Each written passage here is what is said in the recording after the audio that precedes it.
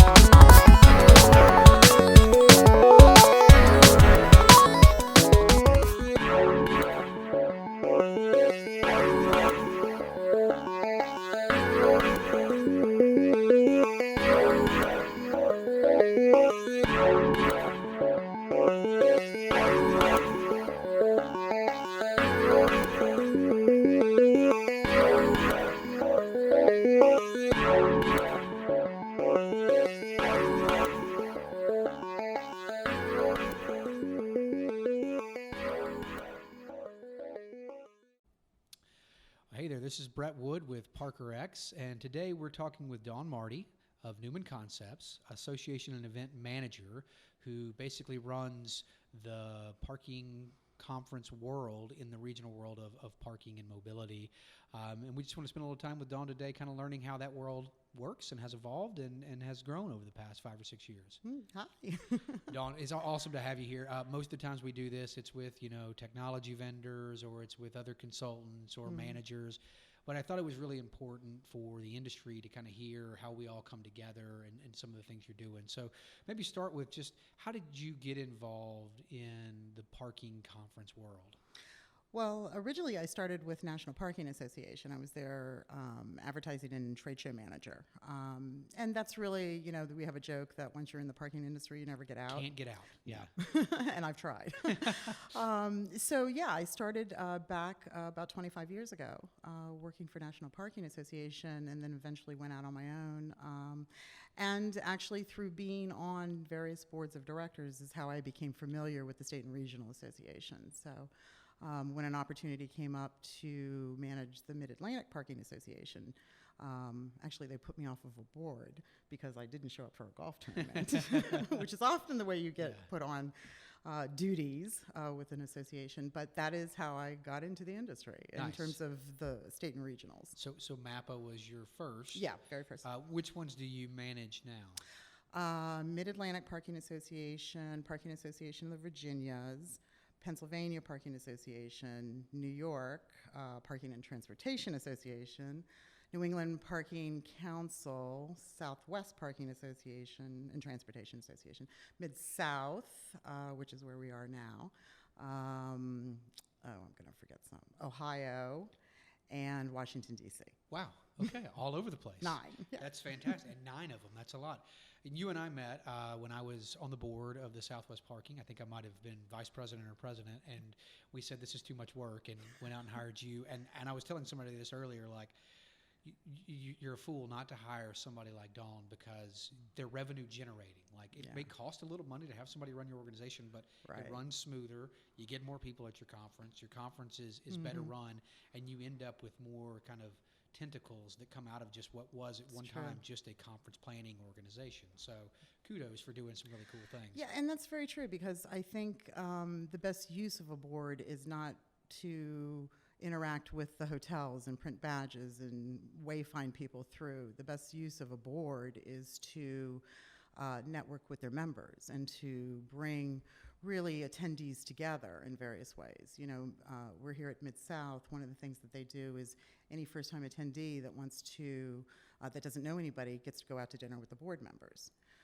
Which is something new and something interesting for them to do, and great for first-time attendees. Yeah, so. You feel really connected when you're doing something like that. So. Yeah, and I think that board of directors, they have full-time jobs. This is my full-time job, so it makes more sense to have somebody like myself managing things overall, implementing the directives of the board, and kind of showing the path, because you see so much with so many different associations now, and I can kind of help people along based on who their clientele is and where we are in the country. And I'm going to say it because you won't, but like, we're parking and mobility professionals. We have no idea how to do these things, like planning a conference and talking to hotels. I would never say that. Right, but I can tell you from personal experience, having done it both ways, we have no idea what we're doing. So there's a lot of value in what you do. So I started going to regional parking conferences probably about 2008. So I've been doing this for like 12 years. And the thing that has struck me is they have evolved tremendously over the past 10 years, becoming much more interactive, more fun, more focused on the networking as an intent, rather than, and I can say this because I have a degree in it, like they were planned by engineers, right? Okay, right.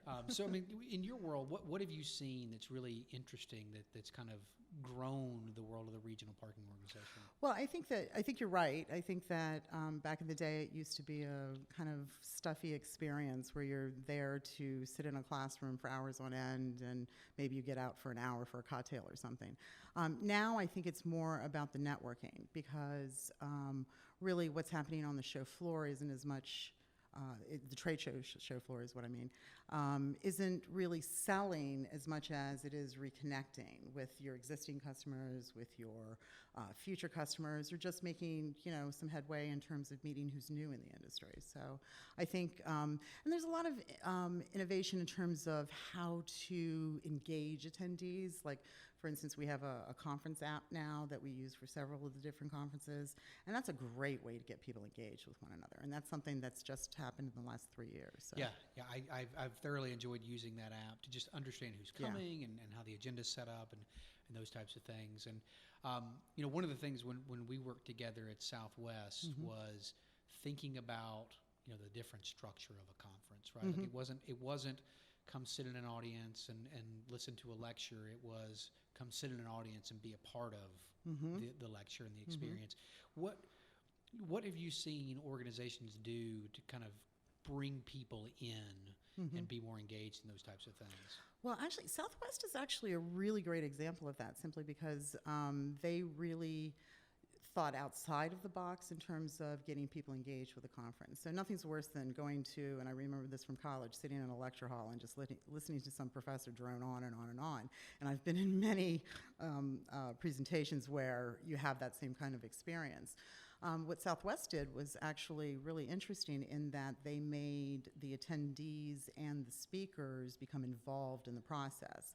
So whether it was playing Family Feud to learn something about a parking, piece of equipment, or your company, or Trivial Pursuit, or some other kind of thing, it engages everybody so that it's fun for people. And I think there's no better way to learn about something than to laugh and to have a good time with it, I think some of the other associations have also gotten away from a lot of the solely equipment-based presentations and thought a little bit further outside of the box to include things like conflict resolution, tactical communications, how do I talk to my employees, things of that nature that help management. Yeah, I've actually noticed here on this agenda this week, there's several vendors that are presenting, and none of it is about the thing that they sell. Exactly. Right? Which is really interesting, because 10 years ago it would have been, look at my widget, this is what my widget does. Right. Yeah, right. so I mean that's kudos to you and the boards for thinking outside the box on those types of things. Yeah, I don't think that, no one wants to hear a sales pitch for an hour. Yeah. And if you can show me how somebody had a problem, how they solved that problem, but not give me a sales pitch about your product, I want to hear from the actual customer, not necessarily you pitching your product. That's also a great way to do case studies and things of that nature. Yeah, So, yeah. absolutely. And it goes a long way to kind of prove the viability of what it is Mm-hmm. they're selling. Mm-hmm. So, and to the point of networking, builds some Mm-hmm. rapport with the people in the audience. Yeah, absolutely. Which is good. One of the things, again, I go back to our time at Swapta, Sure. but when we were first getting started, we introduced a mid-year. So again, this used to be in my world when I got started doing this was the parking organization put on a conference, Right. and then you didn't hear from them again for Right. 11 months, and then they Right. put on a conference, and now you're seeing them get more engaged. And I've seen you do interesting things like, doesn't Pennsylvania do like a baseball game or something like that? Oh, yeah, Mid-Atlantic Parking Association, MAPA. They do parking in baseball. Okay. Actually, that really started out many years ago.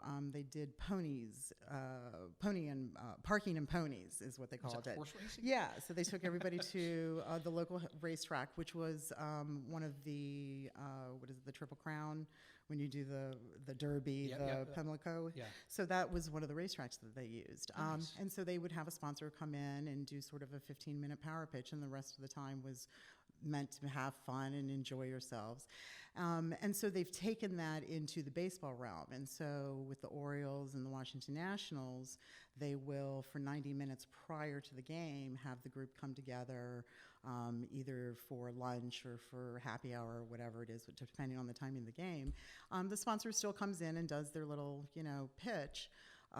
But that's not consumed in the 90 minutes. It's sort of a 15 minutes, so that they can get to know who your sponsor is and the attendees, and then all of those people sit together for the game, and it's just an afternoon of really kind of having fun. So that's something very unique to them. Another thing that they did was the networking cruises. So we have in various cities, Pennsylvania, when you're in Pittsburgh or Philadelphia, Maryland has Baltimore, and Virginia and DC, they have all of these harbor cruise boats. So we do networking cruises. It's a 2-hour cruise. You get on, again, a sponsor comes up, does his 10 minutes, and then you have a 2-hour cruise where you get to network with the people on the cruise, and it's an exclusive to your association. It's really very inexpensive actually to do, and people love that. Take them, down the Potomac River at cherry blossom time, and you've got a packed house. That's So- right. And again, networking. Just Networking. another opportunity Yeah. to bring people together. Yeah, and they're not spending all that time learning about something. Yeah. They're spending all that time meeting people. Well, I would guarantee you they're probably learning about something through that meeting people, but in Definitely. a much more informal Organic way. That's organic. I Yeah, like that. That's yeah. nice. Yeah, that's interesting. And I've noticed some groups start doing like the mid-year type stuff where they do a focus on frontline Sure. training, because I think that tends to be like an underserved portion of our organizations. Yeah. And bringing them together is important. Well, and I think a lot of your frontline staff don't get to attend the major conferences, and very few of them even get to go to some of the state and regionals. So it's really an opportunity to get those people engaged, learning more about their industry, and learning more about how they can be better managers, better cashiers, better, whatever their role is. So yes, we've seen a lot of frontline training classes, a lot of customer service classes, again, conflict resolution. The mid-year events really have become very popular because when you're just doing one conference a year, you're not engaging your association members for the entire year. They get a newsletter, they hear from you when the promos start coming out, and that's about it. So the mid-year really brings everybody back together, maybe a smaller group than what your conference is, but it is a smaller group, and usually there's some sort of networking involved with that as well, maybe a happy hour or something like that. Right. No, it makes sense though, because those folks, they get some exposure to other people that are doing the same thing they're doing. Exactly.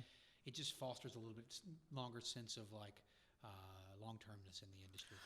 Well, and I think it's also a value add for the employer. Yeah. I mean, people get excited when they get to be able to do something other than what they do every day. That's right. Yeah. So it's interesting. Virginia is a really good example of that, in that all of the universities that are involved with bring large quantities of their staff. Groups of their staff to the mid-year events. And you see those people once a year now, and it's at the mid-year because it's less expensive for them to attend. It's usually local. But you should see how happy these people Right. are just Yeah. to be, oh, wow, this is neat, you know. It's and amazing. Yeah. Yeah. And you can, I mean, IPMI or MPA are always Yeah. fun to just come in and Sure. help promote that with some educational opportunities.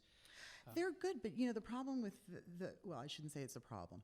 They're wonderful organizations and conferences to go to, but they're massive. Right.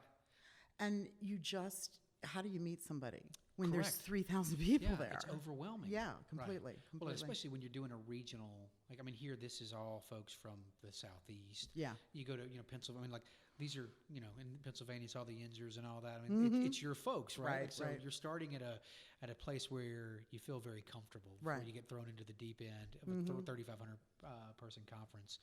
And that's daunting. If you're not somebody who is, like me, who will walk up to anybody and say hello, if you're not that person, I can't imagine. I feel like I'm a fairly outgoing person. The first time first time I went to IPI, when it was still IPI back then, I probably hid under a table. There was just so many people. Like, I can't do this. It's true. But it's fun. So it's interesting. I think about like this organization or a Southwest or maybe even some like Ohio. Like it's tough to bring people together because of the geographic Sure. area. I mean, SWAPTA and Mid-South cover Massive, footprints. right. Like, how do you, for those, I mean, how do you decide on how and where is the best place to get people together? Well, that can be difficult because when you're, like, for instance, New England. New England is a unique situation in that there are, 5, 6 states that encompass New England. Yeah. But the people in Vermont are not necessarily going to be coming to Boston Yeah. every single time you have a forum.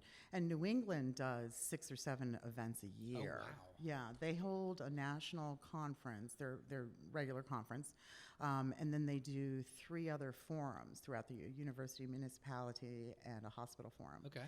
So, and those are that association decided we can't keep moving the conference around, but we can move the smaller events around. And I think that's what a lot of the organizations that are regional associations have done. Southwest has done that. And then they will often get together with other associations, like Southwest gets together with PIPTA. Yep. And does a joint event in Colorado, or they've done it in Arizona as well. And so then that allows people to come to those events from those regions. And it's an easier get, for those people, as opposed to having to go to Nevada. It's good cross-pollination, too. Yeah, That's absolutely. great, yeah. Absolutely. And New England is unique in that because they do the forums, not a lot of the associations do forums like they do, and they're very highly concentrated. They get massive attendance at those. And as I said, they move them around the New England area. So it's Nice. good. Yeah. Very yeah. good.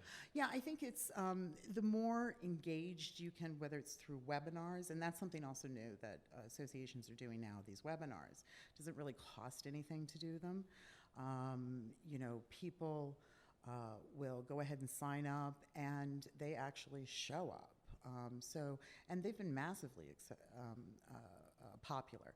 Southwest, Darby Garcia is the person who oversees all of that for Southwest, and she has expanded that program from 4 webinars a year to now 6 webinars a year because they are so popular. So people really love it. And you can cover every gamut of conversation, everything from Brandy at Southwest does the how to get the best out of Southwest conference. Everything from that to how to clean your garage. Not that that's as interesting as the other, but I've seen some random topics. I will give a plug here for Darby. If you don't know Darby at NAU, you should get to know her because she is the best. Yeah, she's great. She's the best. She's great. It's fascinating.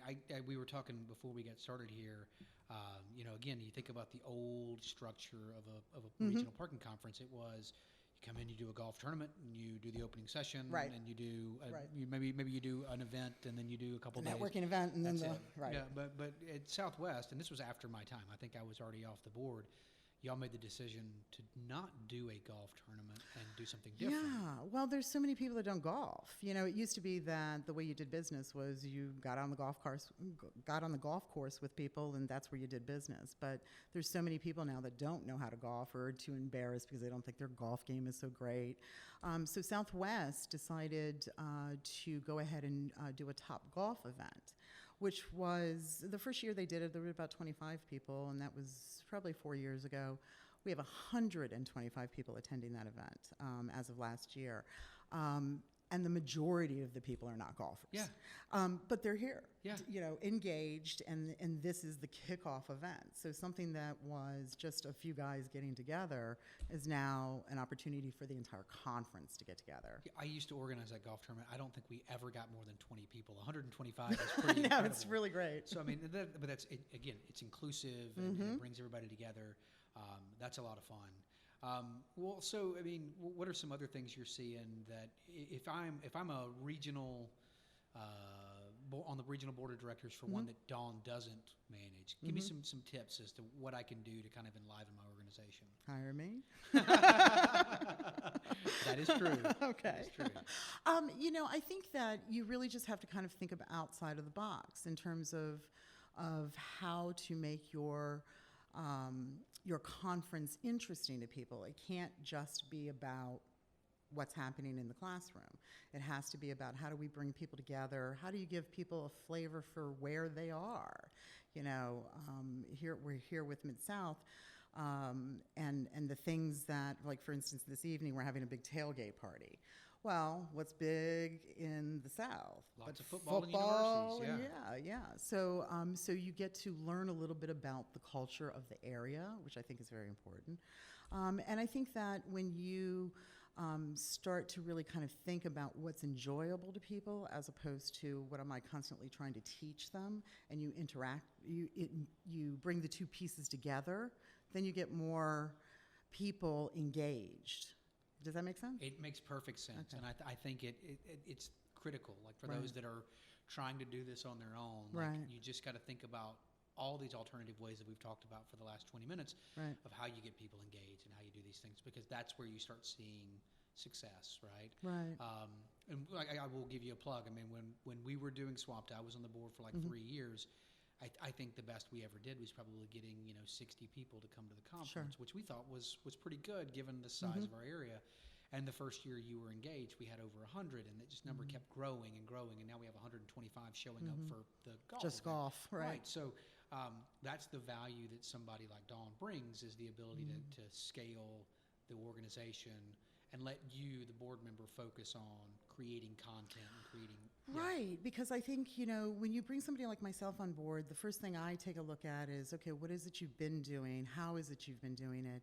And what is it we need to do to take the administrative and the management part away from the board members so that they can really be engaged in what board members do the best. And in my opinion, the best thing that board members bring to the table is the fact that everybody wants information. Yep. Everybody wants to know someone. People come to these conferences so they can learn how their problems are solved and how to meet other people who have had the same issues that they've had, and how did you correct that, and board members are the people that will be listened to. They're the people that can reach out to another university peer. It doesn't do me any good to call them and say, please come to our conference, but it does mean something when the director of LSU calls, the director of Alabama. That's right. Yeah. It doesn't make any difference. I mean, I don't want to say that I can't bring people in, but that's not the best use of my time either. The best use of my time is managing that process for you, to make it easy for you, once you've engaged the person, to bring them into the fold and That's to right. keep them there. Because that's about customer service for the association. And you can't be everything to everybody.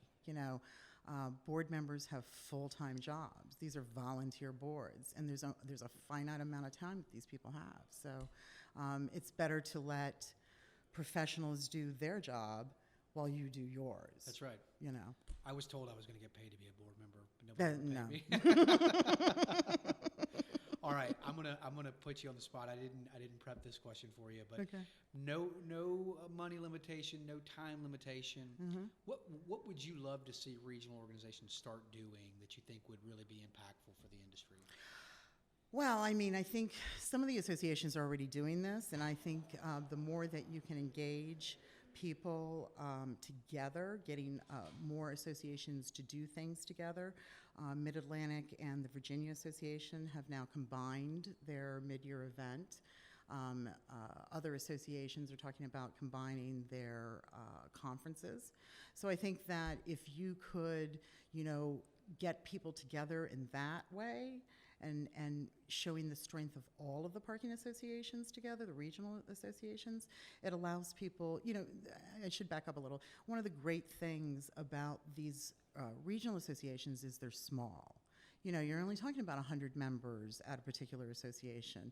New England's a little different in that there's, a larger region, so you've got 250 people. But at these small conferences, you're engaged with people, you can talk with people, and the more people you can bring together, the better. And it's better for the vendors as well. There's been this big push to bring associations together so the vendors only have one show to go to as opposed to two. Right. Well, and I think that makes sense in some of the, on the Atlantic seaboard, it's easy to push people together. Right. PIPTA and SWAPTA have to work really hard to get together. It's a little different there. It's meaningful when they do, though. So. Well, and I think you have a larger, you have a higher concentration of people on the East Coast as opposed to out on the West Coast. So I think Southwest and PIPTA, I think both have a larger challenge in that area than some of the East Coast associations. That's right. Yeah, you got to get on a plane out there. Yeah, so. And then there are associations that I don't particularly, I don't run Texas Parking Association, but there's an association that has 200 plus people that attend their conference. I think their last numbers are up to like 300 even. That is an association run by the board and does not have professional management. But at some point, that's going to become unmanageable. Right. And that's typically what happens when somebody brings me in. Right, right. Well, that's where we were at SWAPTA, for many years ago. I don't want to say because then they'll tell we'll be old. Well, okay, so last question for you. You manage 9. For the other, I don't know, 6, 8, 10, however many there are out there. How do they get in touch with you so that they can bring you on to manage? Oh, well, if you don't already know, I'm on LinkedIn, so you can certainly find me there. And any of the boards that I manage, you can certainly get in touch with me on their web pages. And if there are associations out there looking to come on board, I'm happy to take them. We got plenty of room. That's right. Bring them on board. It's partially my podcast. Kudos to Les, but I can say I love Dawn. She does great work. So if you're looking for an association manager, she's the person for you. So thank you. Thank you, Dawn. And this has been fascinating. This has been fun. Yeah. I appreciate you spending some time with us, and good luck with the rest of the conference this week. Thanks. It's going to be great. Tailgating tonight. It should be fun. Okay. Thank you. Bye-bye. Bye.